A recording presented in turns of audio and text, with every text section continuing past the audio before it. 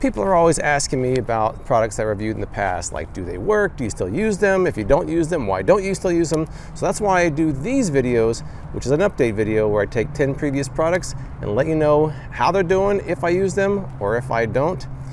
And I go in order, so today I'm doing number 171 through 180.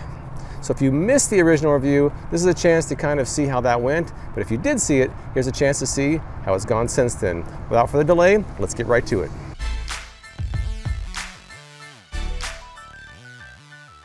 This is Magic Ear. It's the 171st product that I reviewed. It's advertised as a sound amplifier, and it's not something that I use. It does technically work, but the sound is very mid-rangey. The ambient sounds in the room are very loud. It seems like everything's kind of compressed. Even touching the unit itself kind of makes a scratchy sound to hear in the headphones. I just didn't think that this was really a great product. It might have some use for some people, but it had no use for me. Here's some scenes from my original Magic Ear review. Oh, jeez. Oh, jeez. I about blew my eardrums out when I smacked that in there. Whoa. You should be able to hear my fingers scraping up against here. Test, 1, 2, 3. And now this is the audio from the Magic Ear set level 5. Not just today, but as we head into both Monday and Tuesday. Alright, that's loud. I've got the Magic Ear in. The sound's a little distorted. I really hear just more of a background hiss than anything. Let me see if I can adjust the volume here. Actually, when I take these out, I can hear the TV because there's no background noise. It's very quiet, but I can hear it better without the Magic Ear than with.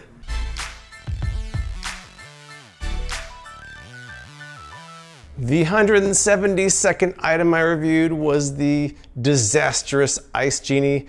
I ranked this one number 4 on my worst of 2018. Now it's advertised as an ice cube tray, some next gen ice cube tray that can replace 10 ice cube trays because 3 batches makes 120 cubes. Well, here's the problem with that. Number 1, it doesn't work very well. Number 2, the cubes are so small. Look at the size of these things. The volume of ice cubes pales in comparison to a regular ice cube tray. They're talking about the number of ice cubes, which are puny. I pulled it out earlier this year to compare to some ice cube trays. In that comparison video, it also didn't do very well. So here's some scenes from my original Ice Genie review. Squeezing pretty hard.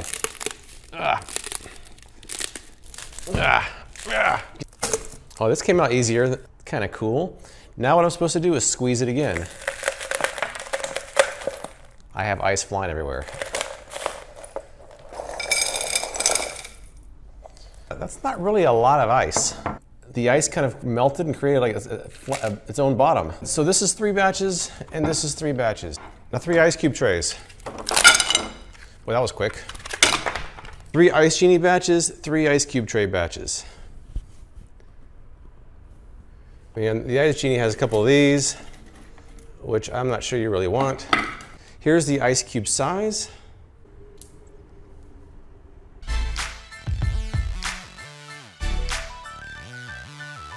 The 173rd product that I reviewed is the BlanQuil.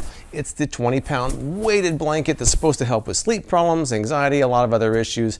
Now, I actually found that it worked pretty well. My daughter has used it ever since my review. And recently I just did the BlanQuil Chill, which is the cooling version of the blanket. And there's more of an update of this on that video if you want to check it out. I'll have a link right up here.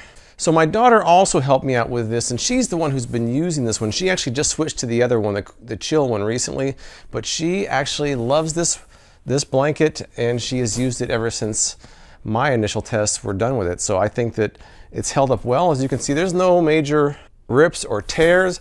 The only thing, I don't have the case on it, as you can see, and you really can't wash this, so I have to just kind of wipe it down, and I don't feel like that cleans it as much as when I put the case in the washing machine. So that's the only downside to it, but other than that, it's held up well. So I think that if you buy one, you'll probably be happy with it. Here's some scenes from my original BlanQuil review. 48 inches wide by 74 inches long. This material in here, there's different pouches, as you can see. It keeps everything compartmentalized so the weight will stay evenly distributed. It feels pretty warm. Of course, it is about 108 degrees outside right now. Oh, sleeping under a lead blanket like the dentist office. I actually did kind of like the way it felt. It was like one of those lead blankets you have at the dentist office. If you like that, you definitely like this. It keeps me in place, keeps me kind of secure, and I don't move around as much. It did get a little hot, but I actually like sleeping with a lot of warmth, so it kind of benefited me from that. You know, some people may struggle with a 20-pound blanket. Okay, Mr. White, it's time for your x-ray. For those who have certain conditions that this helps, I think that this is a really good choice. I think the price is a bit high, but the price is a bit high on all weighted blankets that I've seen. So with that being equal, this is actually a pretty good choice.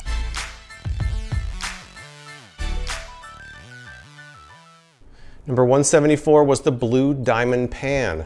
I actually found this one worked pretty well. Now, if you recall my original review, I took two of these, one that was babied and one that was beaten like the commercial show, and the beaten one didn't really fare too well. But this one I've taken care of. It's held up pretty well.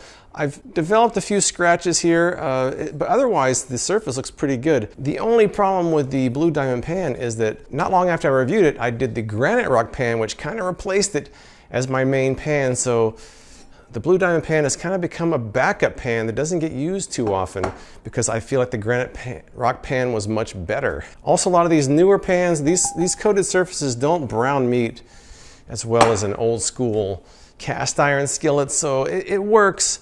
I think there's better pans out there, but if you pick it up, I think you'll be happy with it as long as you take care of it. So here's some scenes from my original Blue Diamond Pan review. It's not really sliding around like the commercial shows. No butter, metal utensil. This is with butter. I know which one's going to be easier to clean.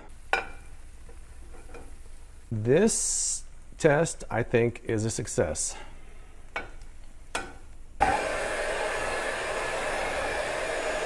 What we got, that's not good. Nope. The blender did ding the outside edges pretty badly, actually. Oh, look. Oh, it worked. Okay, I've just flipped the ones in the butter. They look yummy. How about these? Okay, it's sticking less. Okay, well, guess what? They're not sticking. Oh, my ears. I think if you don't go crazy with it and ignore the advertising hype and follow the instructions, it'll do pretty well. Number 175 was the Kickerball. This is a trick ball, basically, where you can kick more pronounced curves than you can with a regular soccer ball. Now, I took some of my kids' friends out to the park and tried it out, and we did find that it did curve balls better than a regular soccer ball. If you want to play a game with a ball that curves a lot, this might be a good choice. But if you're looking to practice your curve balls for a game, you might want to practice with a regulation soccer ball because that's the ball you're going to be using, not this one. So it's cool as a trick ball, but not really for practicing curves in a regulation game. But here's some scenes from my original Kickerball review. So in this video, we're going to use two balls. We're going to have the Kickerball versus a regular ball. Okay, pretty straight, pretty straight.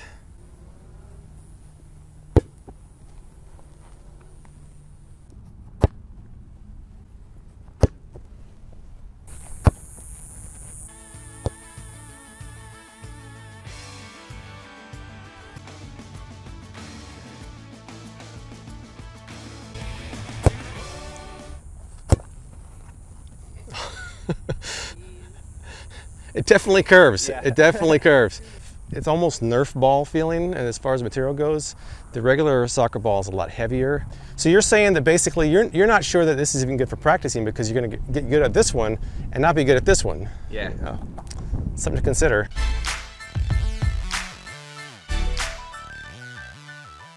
This is the Lizard Cam. It's the 176th item that I reviewed. It's an inspection cam that has a lighted tip. Now, I had a couple of experts check this out. Their opinion was divided on whether this is useful or not. I've used it a few times, but it's not something I reach for too often, although I do think that it works.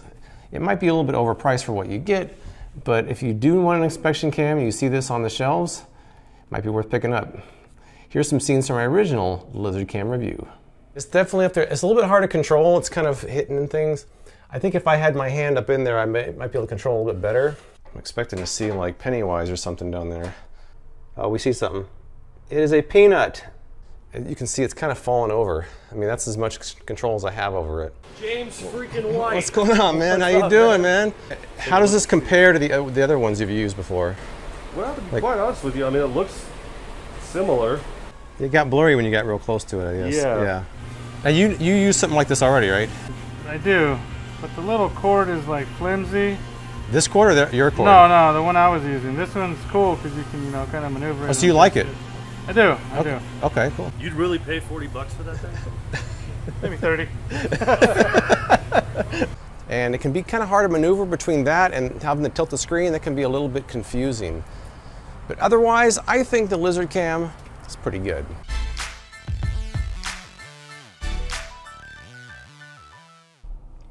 Next up is the BattleVisor.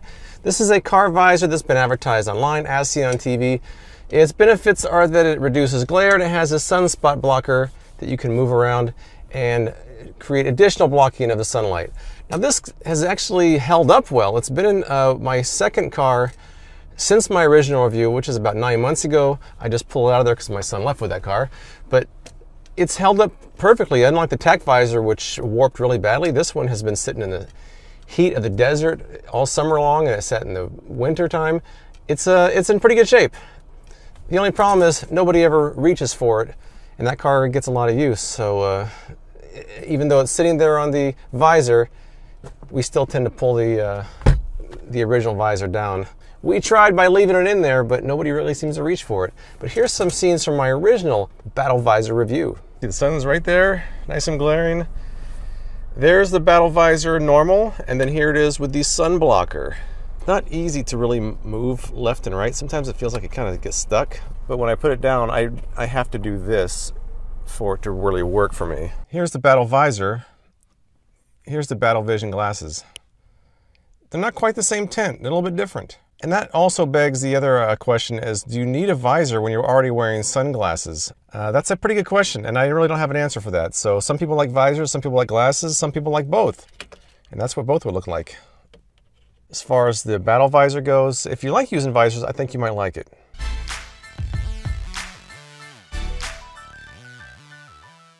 This is the ChangeBike, the 178th product that I reviewed. This ended up number 4 on my best of 2018 list. That's because this is a folding bike, so it really solves a problem that some people have as far as transporting a bike goes. I've used it quite a bit in the warmer months. I found that it works great as a regular bike and does fold up quite easily. Once you get the hang of it, you can do it in under a minute. And by the way, this is my as seen on TV boneyard where all the products I don't use end up. A lot of the packaging ends up here. So if you're ever wondering where the products I don't use go, they're probably back there. So here's some scenes from my original ChangeBike review.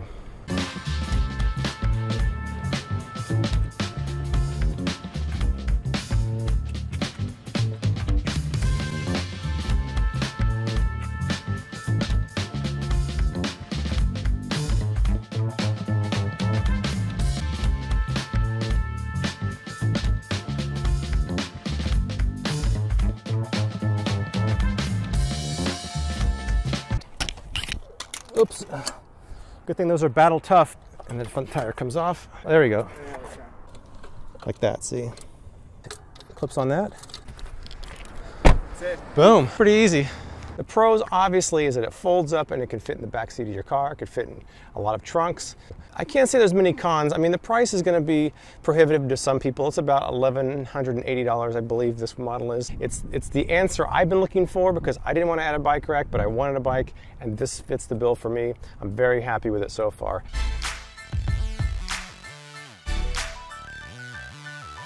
For my 179th video, I did the KoldTec Ice Towel and the Aqua clip. I took these at the top of Diamond Head in Honolulu to check them out. Now the KoldTec Ice Towel is a cooling towel.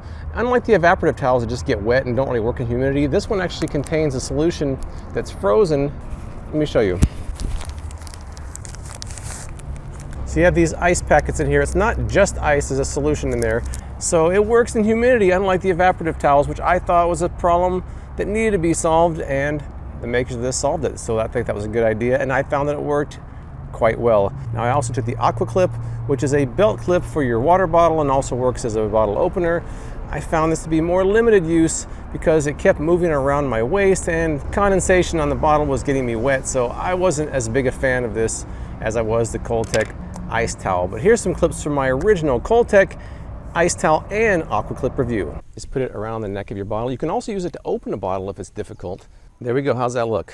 think I'm all set. I got my Aqua clip with my water. I got my cooling towel to keep me cool on the way atop. It is pretty humid here. Good thing I have this cooling towel around my neck.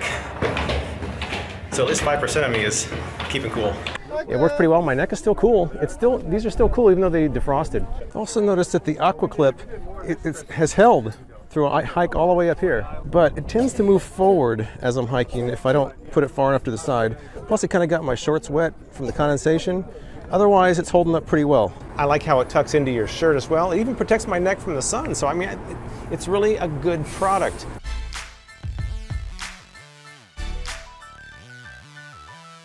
These are the Begale packing cubes. I picked these out to take to my trip to Hawaii and Australia, and I do use these. I actually find these useful for travel, and they have held up. All the zippers are intact. No really major wear and tear. So the idea of packing cubes is you can compartmentalize your suitcase. You can put different types of items into each cube and keep them separate. You can put dirty clothes in one. So I think that it's actually a pretty good idea. This actually ranked number 9 on my best of 2018. So it's definitely something that I use and that I like. Here's some scenes from my original packing cubes review. In the 2 large ones, I've got mostly clothes. I've got shirts in this one. I've got pants and shorts in that one. In the 2 medium ones, I've got socks and a few other things in this one. Got some snacks for Sydney in this one. In the small ones, I've got some unmentionables here. And this one went in my backpack with some snacks and a few other things. So you can categorize, compartmentalize them, and I'll show you how they fit in the suitcase. Okay, fits pretty nicely in there. And I've taken some shirts out of there. That's actually not as many as it holds. A lot of other packing cubes seem to have a problem with the zippers.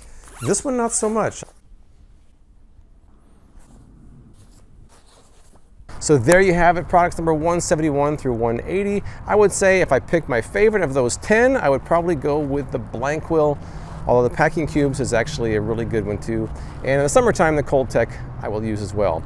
At the bottom, clearly the Ice Genie is a disastrous product that I think belongs at the bottom of this group. Have you used any of these products? Tell me what you think in the comments below. Please follow my social profiles for progress pictures, videos as I go, and please subscribe for more product reviews from me, James White, with Freakin' Reviews.